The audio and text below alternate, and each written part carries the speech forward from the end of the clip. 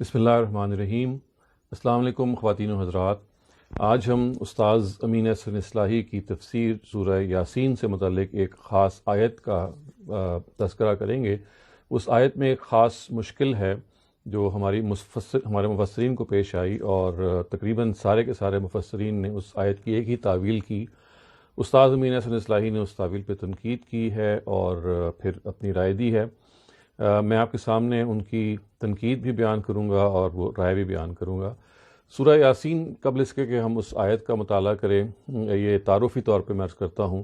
کہ سورہ یاسین پہ ایک مقام پہ یہ عرض کیا گیا ہے اللہ تعالیٰ کی طرف سے کہ اللہ تعالیٰ نے ایک بستی کی طرف 2 رسول بھیجے اور پھر ایک تیسرے شخص سے ان کی تائید کی، اور پھر ظاہر ہے کہ ایک پورا واقعہ ہے جو بیان ہوا ہے، اور یہ واقعہ قریش کو سنایا جا رہا ہے، اور یہ بتایا جا رہا ہے کہ جو انجام ان کا ہوا وہ آپ کا بھی ہو سکتا ہے اگر آپ نے یہی روش برقرار رکھی۔ خواتین حضرات، یہ 2 رسول کون تھے؟ ان کے بارے میں تقریباً سارے مفسرین یہ بیان کرتے ہیں کہ دراصل یہ حضرت عیسیٰ کے سلیکٹڈ، ان کے چوز انہوں نے کیا اور انہوں نے منتخب کیا اپنے 2 شاگردوں کو، اور انطاکیہ یا اینٹیوک جو اس زمانے میں سیریا کا حصہ تھا، اور آج کل اس کے جو باقیات ہیں، ریمننٹس ہیں، اس کے جو آثار ہیں وہ ہم ترکی میں دیکھ سکتے ہیں، اسی شہر کے نام سے، انطاکیہ کے نام سے۔ یہ بتایا جاتا ہے کہ حضرت عیسیٰ کے یہ 2 حواری تھے، ان کے 2 ڈسائپلز تھے جن کو بھیجا گیا، اور پھر یہ سارا معاملہ پیش آیا۔ استاذ امین احسن اصلاحی یہ کہتے ہیں کہ یہ بات کسی طرح سے بھی صحیح نہیں لگتی ہے۔ انہوں نے اس کے دلائل دیے ہیں، اور دلائل اصل میں اس صورت میں ہیں کہ انہوں نے اس موجودہ تعویل پر کچھ تنقیدات وارد کی ہیں۔ سب سے پہلے تو وہ یہ کہتے ہیں، بلکہ میں اس سے پہلے کہ وہ ان کی تنقید آپ کے سامنے رکھوں، میرا خیال ہے کہ میں آپ کے سامنے پہلے وہ آیت پڑھ دیتا ہوں جہاں سے یہ واقعہ شروع ہوتا ہے، بیان ہوتا ہے۔ یہ آیت 13 ہے سورہ یاسین کی، اور اس کے الفاظ یہ ہیں کہ وَاضْرِبْ لَهُمْ مَثَلًا أَصْحَابَ الْقَرْيَةِ إِذْ جَاءَهَا الْمُرْسَلُونَ إِذْ أَرْسَلْنَا إِلَيْهِمُ اثْنَيْنِ فَكَذَّبُوهُمَا فَعَزَّزْنَا بِثَالِثٍ فَقَالُوا إِنَّا إِلَيْكُمْ مُرْسَلُونَ۔ انہیں بستی والوں کی مثال سناؤ، یعنی ان قریش کو بستی والوں کی مثال سناؤ کہ جب ان کے پاس رسول آئے، یعنی ان بستی والوں کے پاس رسول آئے، اس طرح کہ جب ہم نے 2 رسول ان کے پاس بھیجے تو انہوں نے دونوں کو جھٹلا دیا، پھر ہم نے ایک تیسرے شخص سے ان کی تائید کی تو انہوں نے لوگوں سے کہا کچھ شک نہیں کہ ہم تمہارے پاس بھیجے ہوئے آئے ہیں۔ یہ وہ آیت ہے جس کی ہم تفسیر سمجھ رہے ہیں اور جاننے کی کوشش کر رہے ہیں، جس کے بارے میں استاذ امین احسن اصلاحی یہ کہتے ہیں کہ جو ہمارے مفسرین اس آیت کا مطلب بیان کر رہے ہیں کہ حضرت عیسیٰ کے 2 شاگرد تھے، یہ بات صحیح نہیں ہے۔ تو پہلی تنقید انہوں نے اس سلسلے میں یہ کی ہے کہ یہاں پہ جو تفصیل بیان ہو رہی ہے، میں آپ کے سامنے عرض کرتا چلوں کہ اس میں آپ یہ دیکھ سکتے ہیں کہ نسبت بھیجنے کی وہ اللہ تعالیٰ کی طرف سے نا، اذ ارسلنا الیہم، یعنی اللہ تعالیٰ کہتے ہیں جب کہ ہم نے ان کی طرف رسول بھیجے۔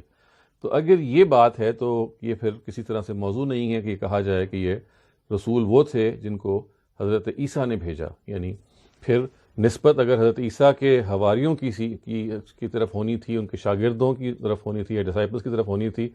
تو یہ بالکل اور طرح سے آیت ہوتی۔ یہاں تو صاف طور پہ اللہ تعالیٰ یہ کہہ رہے ہیں ہم نے بھیجا ان کو رسول کے طور پہ، تو شاگرد تو ظاہر ہے حضرت عیسیٰ کے اگر ہوتے تو یہ اسلوب موضوع نہیں تھا۔ یہ پہلی تنقید ہے جو استاذ امین احسن اصلاحی نے بیان کی۔ پھر انہوں نے یہ کہا کہ دیکھیے بائبل ہسٹری اور جو کتابیں ہیں اہل کتاب سے متعلق، وہ سب اس بات پہ خاموش ہیں کہ انطاکیہ میں اس طرح کے کوئی معاملہ ہوا اور ان کو کسی شاگرد یا شاگردوں کو بھیجا گیا، بلکہ اس سے الٹ یہ بیان ہوا ہے کہ انطاکیہ کی بستی سب سے پہلی بستی تھی جو حضرت عیسیٰ پہ ایمان لائی از خود، یعنی کسی کو بھیجنے کی وہاں ضرورت نہیں پڑی۔ یعنی کجا یہ کہ بھیجا گیا ہو، ایک طرف یہ بات ہے، دوسری طرف یہ کہ بائبل ہسٹری اور اس طرح سے جو دوسری کتابیں ہیں جو یہ تاریخ بیان کرتی ہیں، وہ اس بات سے بالکل یکسر خالی ہیں، بلکہ الٹ یہ بیان کرتی ہیں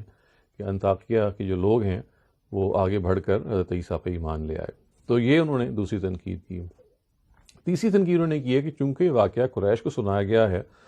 اور اس میں جو جس طرح سنایا گیا ہے کہ اصحاب القریہ یعنی بستی کے لوگ، اور القریہ پہ الف لام ہے، الف لام ظاہر ہے ڈیفائن کرتا ہے، متعین کرتا ہے، تو اصحاب القریہ کے جو الفاظ ہیں وہ کسی متعین یعنی کسی نون، کسی ایسی بستی کے بارے میں ہونے چاہیے، ان کے لوگوں کے بارے میں ہونے چاہیے جن کے بارے میں قریش کو علم ہے، تاکہ حجت ان کے لیے بنے۔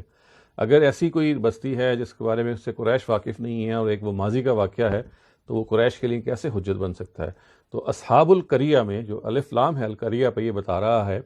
کہ یہ ایک نون بستی ہے۔ قریہ کہتے ہیں بستی کو، اصحاب یعنی لوگ، اصحاب القریہ یعنی بستی کے جو لوگ، یعنی وضرب لہم مثلا اصحاب القریہ، ان لوگوں کو بستی والوں کی مثال سناؤ۔ تو یہاں پہ بستی والے متعین بستی والے ہیں، اس وجہ سے یہ تیسری تنقید ہے جو انہوں نے پیش کی۔ پھر خواتین حضرات ایک چوتھی بات جو انہوں نے پیش کی وہ یہ ہے کہ خود بائبل میں بھی اور قرآن مجید میں یہ جگہ جگہ آیا ہے کہ حضرت عیسیٰ تو غیر قوموں کی طرف بھیجے ہی نہیں گئے، نہ انہوں نے کسی اپنے پیغام بر کو بھیجا اور نہ خود وہ بھیجے، بلکہ انہوں نے یہ کہا کہ میں تو بنی اسرائیل کی کھوئی ہوئی بھیڑوں کی طرف بھیجا گیا ہوں۔ متی کی جو انجیل ہے اس میں یہ بات بیان ہوئی ہے، اور بھی جگہوں پہ یہ بات بیان ہوئی ہے۔ تو وہ کسی غیر قوم میں ان کو بھیجنا کسی طرح سمجھ میں نہیں آتا۔ اس کی وجہ یہ ہے کہ جیسے کہ بائبل میں، اور پھر قرآن نے تو کہا کہ وہ رسول اللہ بنی اسرائیل، وہ بنی اسرائیل کی طرف بھیجے گئے رسول تھے۔ تو اگر بنی اسرائیل کی طرف بھیجے گئے رسول ہیں تو پھر یہ بات سمجھ میں نہیں آتی کہ ان کو ان کے جو اخلاف ہیں، ان کے جو شاگرد ہیں، ان کے جو ڈسائپلز ہیں، وہ ایک غیر قوم کی طرف گئے ہوں۔ پانچویں اور آخری تنقید جو استاذ امین احسن اصلاحی نے کی ہے وہ یہ کہتے ہیں کہ دیکھیے یہ آگے جا کے سورہ میں یہ بیان ہوا ہے کہ ان لوگوں کے انکار کرنے کے نتیجے میں عذاب آ گیا، صیحۃ واحدہ کے الفاظ آتے ہیں۔ تو یہ تو ہمیشہ اللہ تعالیٰ کی سنت رہی ہے کہ یہ کسی عام آدمی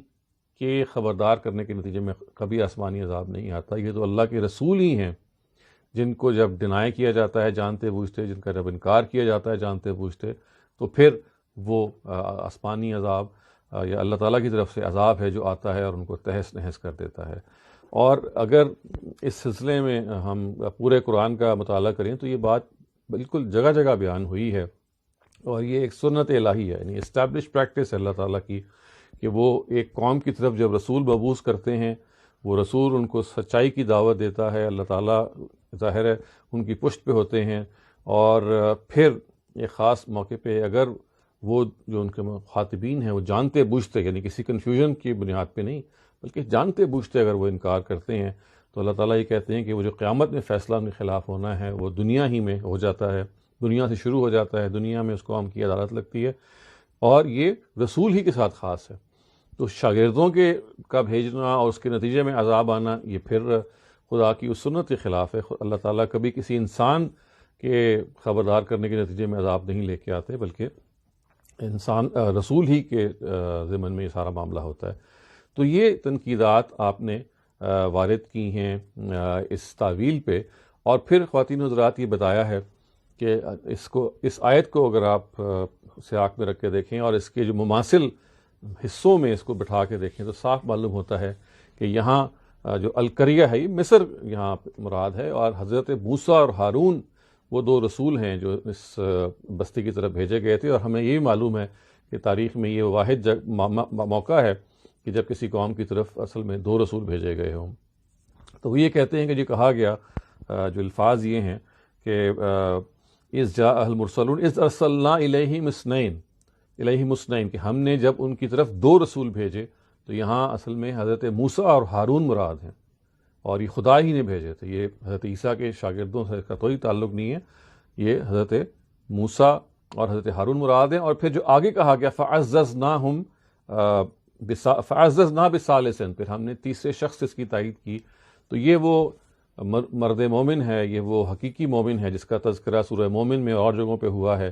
جو کہ فرعون کے خاندان سے تھا، جس نے پہلے تو چھپ کے حضرت موسیٰ کی تائید کی اور پھر کھلے بندوں اپنے ایمان کا اظہار کیا حضرت موسیٰ پہ اور ان کی زوردار تائید کی، اور فرعون کو اور اس کے درباریوں کو جھنجھوڑا۔ اور اس سلسلے میں یہ بات بھی واضح رہتی ہے کہ واضح رہنے چاہیے کہ آگے جا کے یہ بھی بیان ہوا ہے کہ عذاب جو آیا فرعون پہ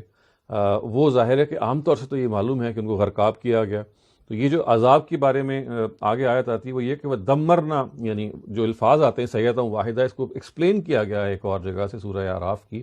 کہ دیکھیے یہ جو کہا گیا کہ یہ ان کو مٹایا گیا ایک ڈانٹ سے، تو یہ جیسے فرعون کو غرقاب کیا گیا وہ تو اس کا ایک پہلو ہے، لیکن اس کے ساتھ ساتھ مصر کو بھی تباہ کر دیا گیا۔ تو یہ جو صیحۃ واحدہ ہے یہ اصل میں اس سے ریلیٹڈ ہے، اور ایک اور موقع پہ سورہ اعراف میں یہ آیا ہے کہ وَدَمَّرْنَا مَا كَانَ يَصْنَعُ فِرْعَوْنُ وَقَوْمُهُ، یعنی ہم نے اس چیز کو تباہ کر دیا جو کہ فرعون اور اس کی جو قوم نے جو کچھ بنایا تھا۔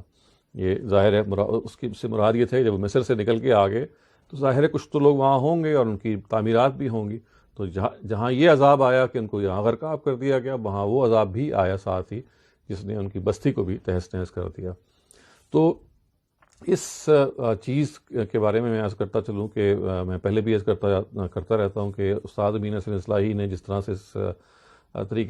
طریقے سے اس آیت کو سولو کیا ہے، اس کے لیے ضروری ہے کہ آپ سورہ یاسین کے اس مقام کو اٹھا کے ان کی اصل تفسیر میں بغور پڑھیں۔ میں نے آپ کے سامنے صرف آپ کی طبیعت کو مہمیز دینے کے لیے، اسٹیمولیٹ کرنے کے لیے یہ تعویل ان کی بیان کی ہے، تاکہ یہ واضح ہو کہ کس طرح سے انہوں نے ایک ایسی شان نزول پہ تنقید کی ہے، اور یہ بتایا ہے کہ وہ شان نزول کو خود قرآن مجید کے الفاظ قبول نہیں کرتے، اور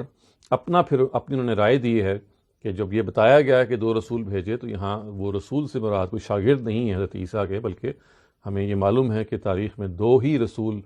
جب کسی قوم کی طرف بھیجے گئے ہیں تو وہ موسیٰ اور ہارون ہیں۔ مزید قرائن جو انہوں نے پھر بیان کیے اور بتایا کہ دیکھیے یہ کیسے یہ جو مرد مومن کے بارے میں کہا گیا کہ ہم نے تیسرے سے اس کی تائید کی، تو جو الفاظ اس تیسرے کے لیے یہاں بیان ہوئے ہیں وہ اور مقامات پہ بھی بالکل آپ کو مل جائیں گے، اس سے بالکل ہی واضح ہو جاتا ہے کہ یہاں تیسرے سے مراد وہ مرد مومن ہے، وہ مرد حق ہے، وہ ایک جانباز آدمی ہے جس نے حضرت موسیٰ کی تائید کی اور اپنے ایمان کا بھی اظہار کیا اور فرعون اور اس کے درباریوں کو بھی جھنجھوڑا۔ سو یہ وہ مختصراً میں نے آپ کے سامنے ان کی تعویل کو بیان کیا۔ مقصد یہ تھا کہ آپ ضرور اس کے اوریجنل کو اٹھا کے دیکھیں، اور اس سے یہ بھی چیز واضح ہوتی ہے کہ دیکھیے قرآن مجید کی تعویل میں اصل چیز قرآن مجید کا متن ہے۔ متن جس چیز کو قبول کرے گا ہم اس کو ایکسیپٹ کریں گے۔ باہر سے قرآن مجید کی کوئی تعویل اگر قرآن کے الفاظ قبول نہیں کرتے، وہ روایت ہو، وہ کوئی تاریخی قصہ ہو، اس کو ہرگز قبول نہیں کیا جائے گا۔ یہی وہ خاصہ ہے استاذ حمید الدین فراہی کے اس مکتب کا، جن کے شاگرد استاذ امین حسن اصلاحی ہیں، جن کی تفسیر پہ ہم اس وقت بات کر رہے ہیں، کہ الفاظ کا جو معاملہ ہے، یعنی الفاظ کو پکڑ کے ہم تفسیر کریں گے، الفاظ سے ہم سمجھیں گے۔ جب یہ کہا گیا کہ رسولوں کی تکذیب کے نتیجے میں عذاب آیا، تو یہ بالکل واضح ہے کہ رسولوں کی تکذیب سے عام رسول، یعنی عام فرستادے نہیں ہو سکتے، یہ اللہ ہی کے رسول ہو سکتے ہیں، اور پھر خدا نے اس کی نسبت اپنی طرف کی ہے۔ وہ ہم دلائل شروع میں دیکھ چکے ہیں جس پہ انہوں نے تنقید کر کے اس بات کو بس واضح کر دیا ہے۔